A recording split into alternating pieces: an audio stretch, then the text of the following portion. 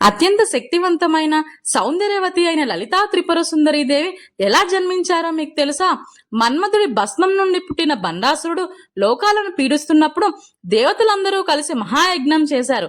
ఆ చిదగ్నికుండం నుండి కోటి సూర్య ప్రభలతో లలితాదేవి ఆవిర్భవించింది.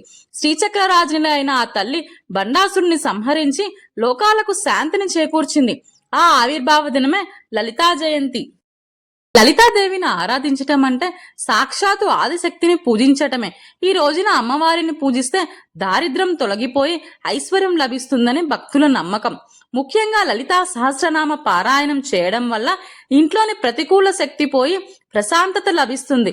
వివాహ సంతాన దోషాలు తొలగిపోతాయి. లలిత అంటే లీలా వినోదిని.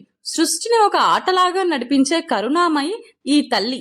ఈమె శ్రీచక్రంలో నివసిస్తుంది.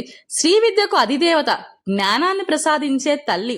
లలితాదేవిని త్రిపుర సుందరి అని పిలుస్తారు. అంటే 3 లోకాల్లోనూ అత్యంత అందగత్తె అని అర్థం.